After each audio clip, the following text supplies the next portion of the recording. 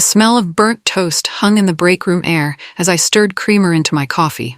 Samantha from corporate stood by the microwave, her visitor badge swinging from her neck. "At least everyone finally got their Christmas bonuses this year," she said, sighing. Last year's protests really scared corporate straight. The word bonuses made my spoon stop mid-stir. My stomach dropped. Christmas bonuses? What Christmas bonuses? Austin, my boss, had told our entire department just 2 weeks ago that the company wasn't doing bonuses this year. "Yeah," I managed to say. "Good thing." Samantha smiled and grabbed her lunch. "Well, back to collecting these dusty HR files." I stood there alone, staring into my coffee. Austin had said it so casually, no budget for bonuses this year. But Samantha seemed to think everyone had gotten them. She worked in corporate. She would know better than anyone what had been approved. Something was very wrong here. The fluorescent lights buzzed as I rushed back to my desk. My fingers flew over the keyboard as I logged into the payroll portal, praying I'd missed something obvious. I scrolled through my December pay stub line by line. Base salary, health insurance, retirement contribution, taxes, nothing else. No bonus line, no holiday pay, no extra credit anywhere. My throat tightened as I double-checked the dates. December 15th was when bonuses always went out, and that stub showed nothing unusual. I clicked through November, then January, thinking maybe they'd processed it separately. Still nothing. I leaned back in my chair, mind spinning. Either Samantha was wrong about everyone getting bonuses, or something seriously messed up had happened to our department. Austin's words echoed in my head. "The company's not doing bonuses this year, folks. Budget's too tight after the merger." But if that was true, why did Samantha think otherwise? My hands trembled as I reached for my phone. I needed to call her before she left. Cold December wind bit my cheeks as I ducked behind the delivery van in the parking lot. Samantha's car was still there. I dialed her number with numb fingers. "Hello?" she answered. "Samantha, it's me from upstairs. Quick question about those bonuses you mentioned. Are you sure everyone got them?" I heard papers shuffling. "Hold on, let me pull over." A car door slammed. "Yeah, I'm looking at the payout list right now. Your name's definitely on here. Austin's whole department got the standard holiday bonus." My heart pounded so hard I thought it might burst. "You're absolutely sure?" "Positive. I saw the approval myself when I was filing last week's documents. Same amount as everyone else in your pay grade." She paused. "Why? Didn't you get yours?" I hung up without answering, hands shaking. The December air felt like ice in my lungs. Austin had lied to us. Not just a small lie, but a massive, deliberate deception. But why? What possible reason could he have? Back upstairs, I tried to act normal as I walked through the office. Austin's glass office sat in the corner, and I could see him through the blinds, feet up on his desk, talking loudly on the phone. He strolled out 20 minutes later with his usual swagger. Leather folio tucked under one arm, designer sunglasses perched on his head. Even in winter, he dressed like he was heading to a beach resort. As he passed my desk, something colorful slipped from between his papers and fluttered to the floor. I waited until he disappeared around the corner, then casually walked over. It was a glossy travel brochure for Bali. Beautiful beaches, crystal blue water, 5-star resorts. The kind of vacation that cost more than most people's cars. Written in Austin's handwriting, across the top were dates. Dec 28th, Jan 15th. He was planning an expensive tropical vacation right after telling us there was no money for bonuses. The pieces started clicking together, and I didn't like the picture they were forming. I slipped the brochure under some papers. Evidence was evidence. In the kitchenette, the sharp smell of disinfectant made my eyes water as I pretended to organize coffee supplies. My phone buzzed with a text from Samantha. She'd sent me a photo from her car. The image showed a company memo with official letterhead. Holiday bonus distribution, all eligible employees, was printed at the top. Below that was a list of names and departments.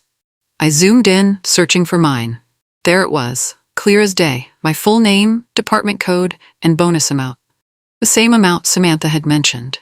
My name was right there alongside everyone else on my floor. He hadn't just stolen from me, he'd stolen from all of us. I screenshotted the image and saved it to my phone, then forwarded it to my personal email.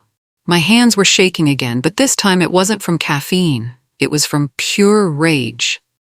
Austin had looked us in the eye and lied while planning a luxury vacation that probably cost more than our combined bonuses. He'd stolen money from hard-working people with families and bills. But I wasn't going to let him get away with it.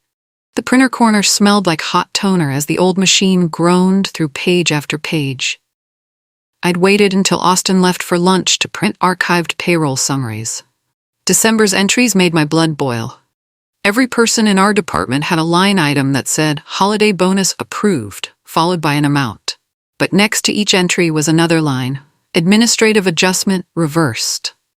And next to that, Austin's looping signature. He'd actually approved our bonuses, then manually reversed them. This wasn't a company decision or budget constraint. This was theft, pure and simple. I made copies of everything, hands trembling as the machine spit out evidence. Each page felt heavier than it should, weighed down by what he'd done to us. The adjustment codes all had the same timestamp, December 16th, 11:47 p.m. He'd done this late at night when the office was empty, sneaking around like the thief he was. I tucked the papers into a manila folder and slipped them into my desk drawer. If Austin thought he could steal from us and get away with it, he was wrong. Opportunity struck when Austin stepped out to take a call. His leather folio lay open on the copy machine, documents scattered around it.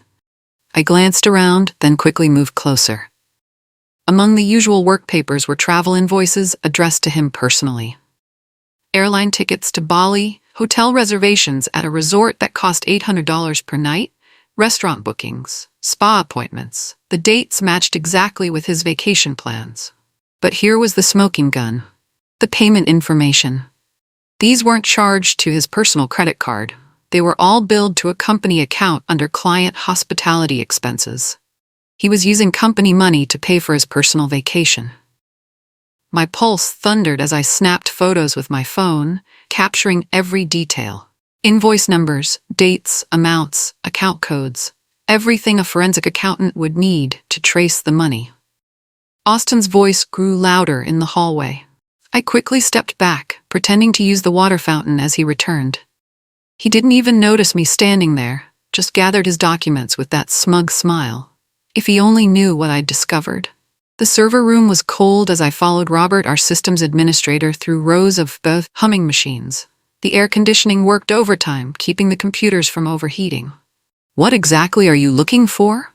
Robert asked, settling at his workstation. Lines of code scrolled across multiple monitors. "Payroll modifications from mid-December," I said casually. "I think there might have been an error with my bonus calculation." Robert's fingers flew across the keyboard, pulling up system logs. "Here we go," he said, pointing at a timestamp. December 16th, 11:47 p.m. Someone with admin access made bulk changes to your department's payroll. My heart stopped. That was exactly the same time from the paper trail. "Can you tell who made the changes?" Robert clicked more buttons. "Austin's login credentials. Looks like he removed bonus codes from everyone in your department, then transferred the budget allocation to a discretionary spending account." He turned to look at me, eyebrows raised. "That's pretty unusual." I asked him to copy the audit trail to a flash drive. Robert hesitated, then handed me the drive.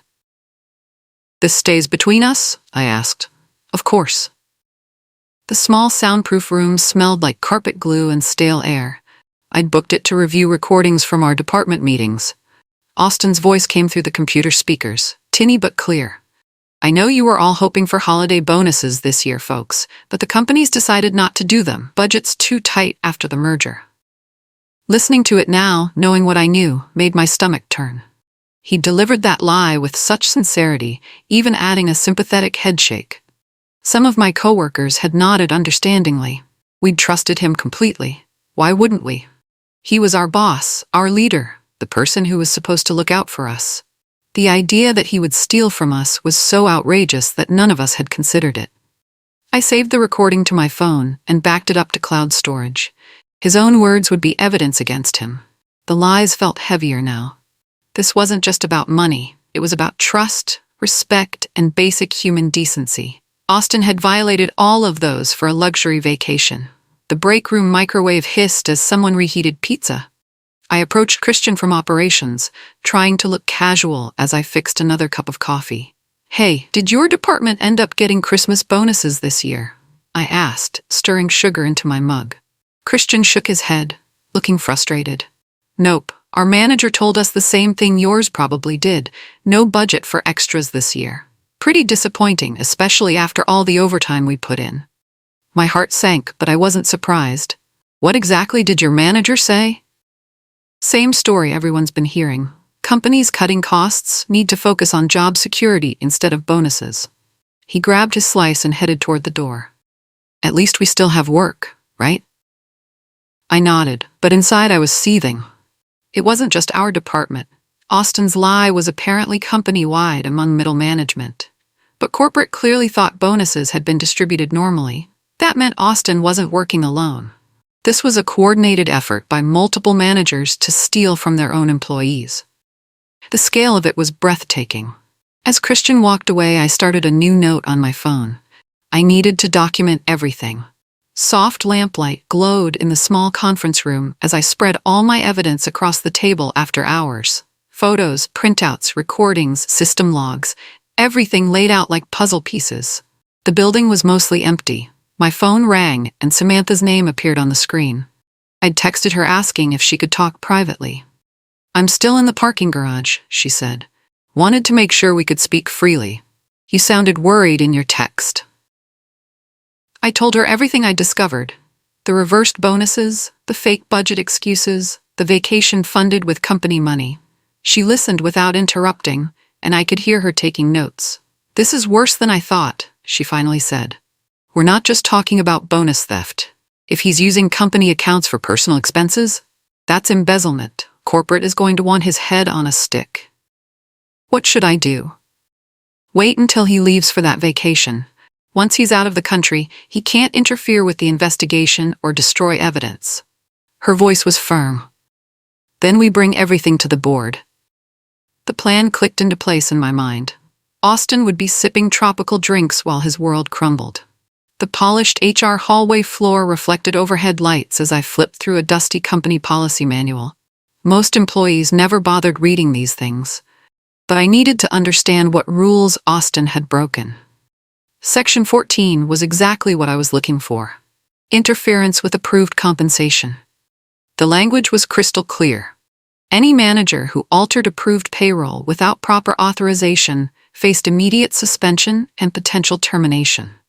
The policy required an automatic audit of all financial decisions made by the offending employee. Section 22 covered misuse of company funds. Using corporate accounts for personal expenses was grounds for immediate termination and potential criminal prosecution. Austin hadn't just broken company rules, he'd committed multiple felonies that could send him to prison. I photographed the relevant pages and highlighted the key sections. When the time came to present my case, I wanted to cite specific policies he'd violated. This couldn't look like a personal vendetta. It had to be presented as a serious breach of fiduciary duty. The evidence was overwhelming, and the company's own policies left no room for mercy. The server room hummed around me as Robert reluctantly granted my request for read-only access to payroll backups. He'd been hesitant, but I'd convinced him I was trying to resolve a legitimate discrepancy. This is everything, he said, handing me an encrypted drive. Every payroll edit Austin made in the last 6 months, plus the original approved amounts. If there were any irregularities, they'll show up clear as day. My hands shook as I accepted the drive. This was the nuclear option, complete financial records that would show exactly how much Austin had stolen and when.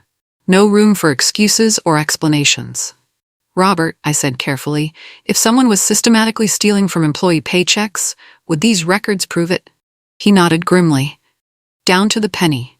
The system logs everything. Who made changes, when, what accounts the money was moved to. It's all time-stamped and digitally signed. I slipped the drive into my jacket pocket. This stays between us for now? Of course. But if someone's really stealing from employees?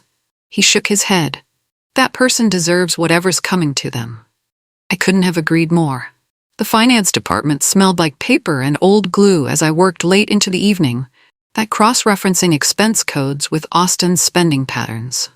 Most employees had left hours ago, leaving me alone with the fluorescent lights and stacks of budget reports.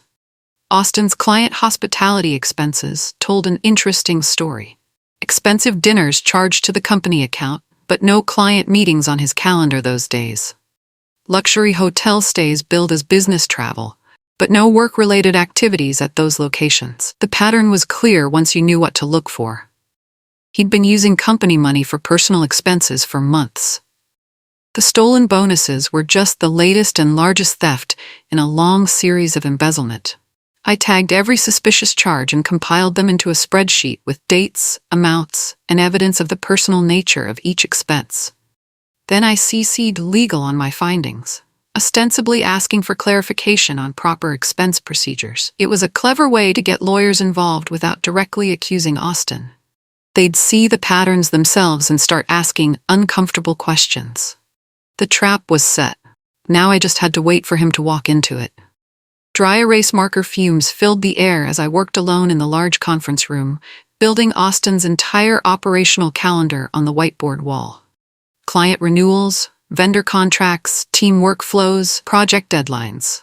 Everything he was supposedly managing as department head. It was eye-opening work. Half the items on his calendar were meetings I attended in his place. The other half were tasks I completed while he was working from home. The more I mapped out his responsibilities versus his actual work, the clearer it became that I was already doing most of his job. I documented everything in a thick blue binder labeled Interim Operations Manual. If the board needed someone to run the department while they investigated Austin, I wanted them to know I could handle it. Hell, I was already handling most of it anyway.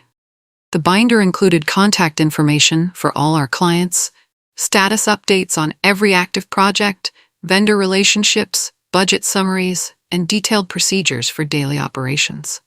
It was more comprehensive than anything Austin had ever produced. By 2 a.m., I had built a complete roadmap for running the department without him. The sound of rolling suitcase wheels echoed across the office tile as Austin made his grand exit.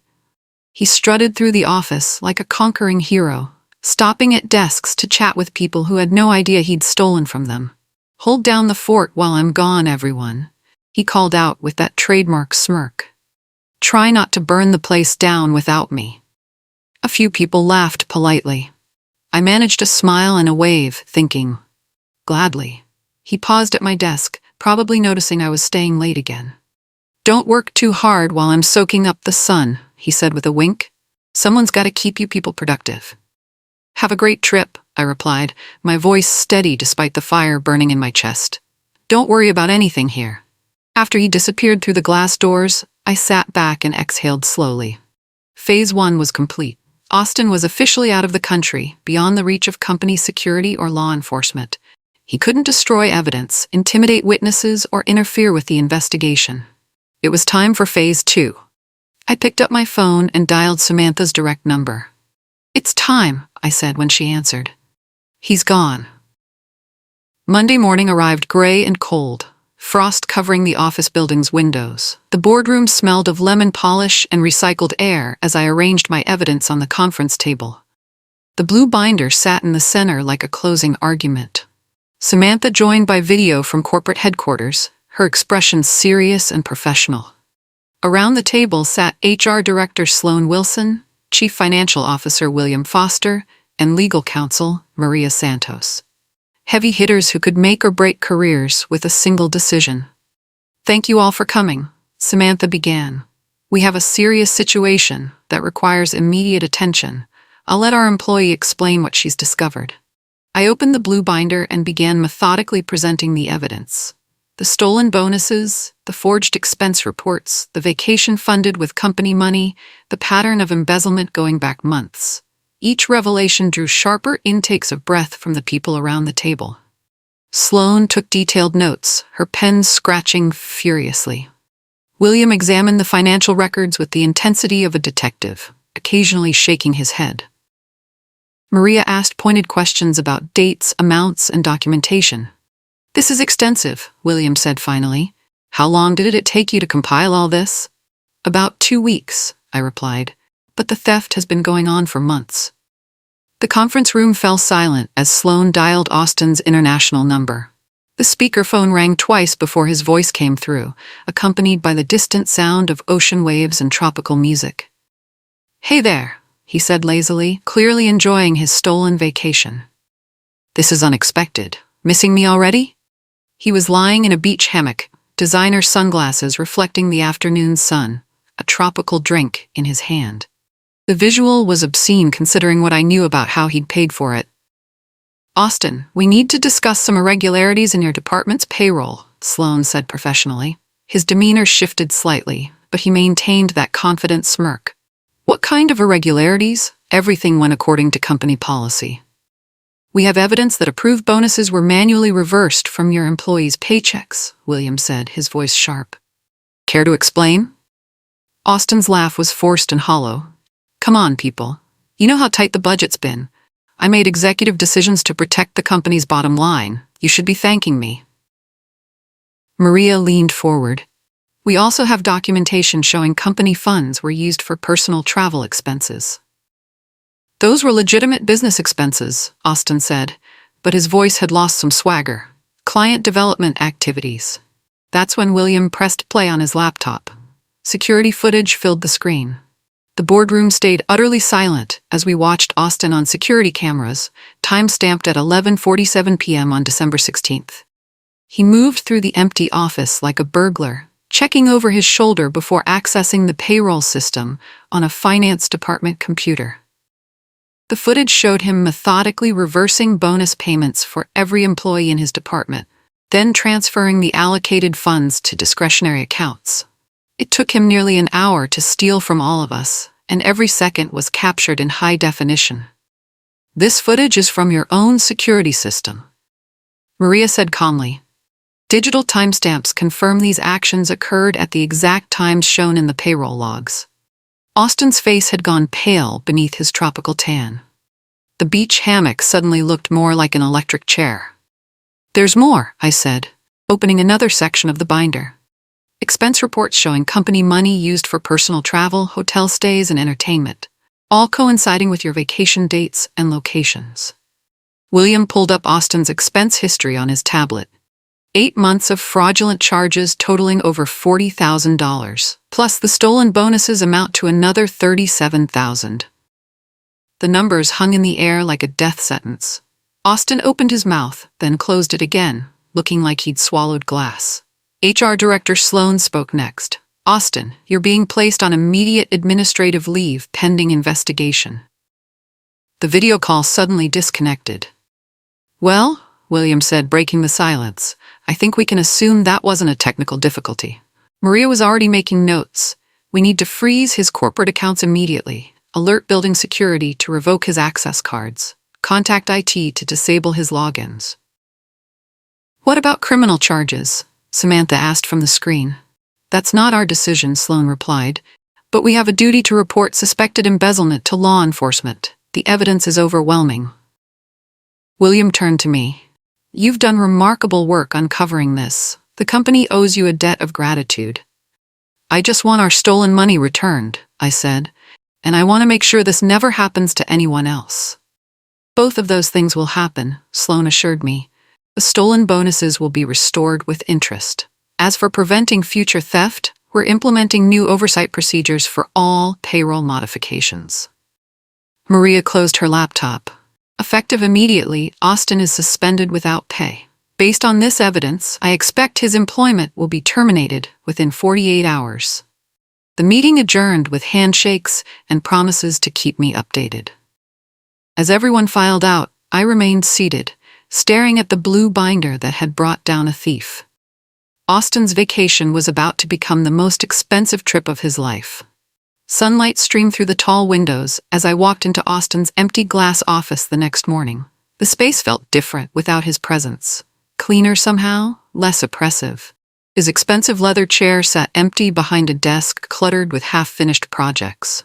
I didn't sit in his chair. Not yet. Instead, I gathered my team around the conference table and addressed the elephant in the room.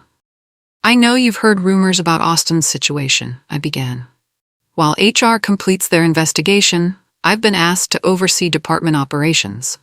First priority, we're going to do everything cleanly and transparently from now on. The relief on their faces was immediate. Several people had suspected something was wrong but hadn't known how to address it. Others were simply glad to have leadership that actually showed up and did the work. "Are we getting our bonuses back?" asked Logan from accounting. "HR assured me that all stolen compensation will be restored," I replied, with interest as an apology for the company's failure to prevent this. The mood in the room shifted from uncertainty to cautious optimism. For the first time in months, people seemed genuinely excited about coming to work. We spent the rest of the meeting outlining new procedures and establishing open communication policies.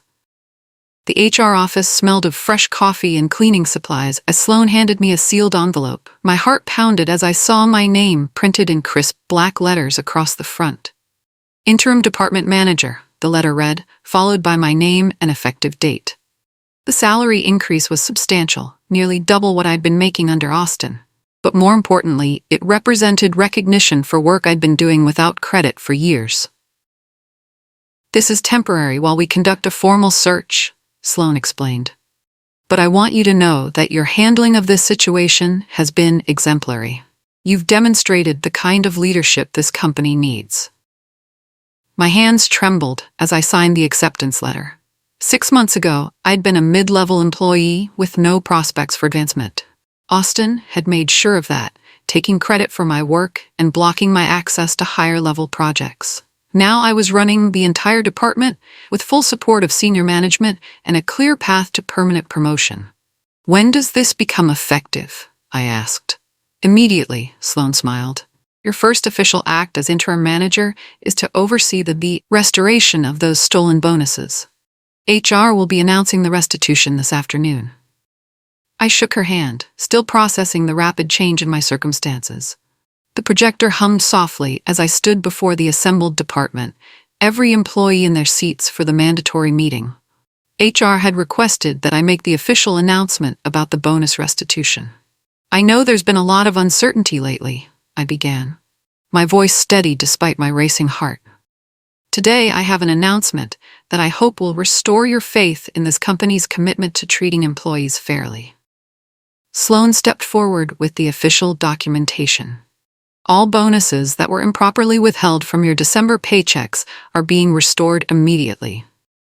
Additionally, the company is adding a 15% penalty payment as compensation for the delay and inconvenience." A ripple of stunned silence spread across the room, followed by excited whispers and then genuine cheers. Logan from accounting started clapping, and others joined in. Some people were tearing up, not from sadness, but from relief and vindication. "The money should appear in your accounts by end of business today," I added, along with a formal apology from senior management. As the applause died down, I felt a deep sense of satisfaction. Not because Austin was destroyed, but because justice had been served for the people who'd been wronged. These hard-working employees had trusted their boss to treat them fairly. He'd violated that trust for personal gain. Now they were getting what they'd earned with interest. My computer screen glowed with an email notification marked "Urgent, Confidential." The subject line made my pulse quicken. "Austin Owens, Employment Termination, Final Decision." I clicked it open with unsteady hands. After a thorough investigation into allegations of payroll fraud and misappropriation of company funds, Austin Owens's employment has been terminated for cause, effective immediately. All company assets, accounts, and access privileges have been revoked. Mr. Owens's corporate credit cards have been canceled, and he has been instructed to return all company property within 24 hours. The email continued with legal language about potential criminal prosecution and civil recovery of stolen funds. Austin's lawyer had apparently advised him to cooperate fully with the investigation in hopes of avoiding jail time. But the most satisfying part was the final paragraph. "Due to termination for cause, Mr. Owens forfeits all severance benefits, stock options, and retirement contributions. His vacation time will not be paid out, and he is prohibited from seeking employment with any partner companies." Austin's career in this industry was effectively over. Word would spread quickly through professional networks that he was a thief who'd stolen from his own employees. No reputable company would touch him. His expensive Bali vacation had cost him everything. His job, his reputation, his financial security, and possibly his freedom. Evening wind tugged at my hair as I stood on the office building's rooftop, watching the city lights blink to life in the darkness below. The skyline stretched out like a circuit board, each light representing someone working late, someone building something, someone pursuing their dreams honestly. My phone chimed with a bank notification. The restored bonus had just hit my account, along with the 15% penalty payment the company had added. It wasn't life-changing money, but it represented something far more valuable, validation that hard work and honesty still mattered. 6 months ago, Austin had convinced me that I was just another disposable employee, lucky to have a job and foolish to expect fair treatment. Tonight, I was running his department, earning twice his old salary, and planning improvements he'd never bothered to consider. The irony was perfect. His greed had created the very opportunity that destroyed him. If he'd just been honest about the bonuses, or even skimmed a smaller amount less obviously, he might have gotten away with it for years. But Austin's ego demanded luxury, and his arrogance made him careless. He'd underestimated the people he was stealing from, assuming we were too naive or powerless to fight back. My phone buzzed with a text from Samantha. "Heard the board is considering you for the permanent position. Congratulations on a job well done." I smiled, looking out over the city lights. If anyone ever tells you there's nothing you can do when your boss is stealing from you, remember this. Build your evidence, wait for them to leave town, and let justice take its course. Sometimes the best revenge is simply letting someone destroy themselves.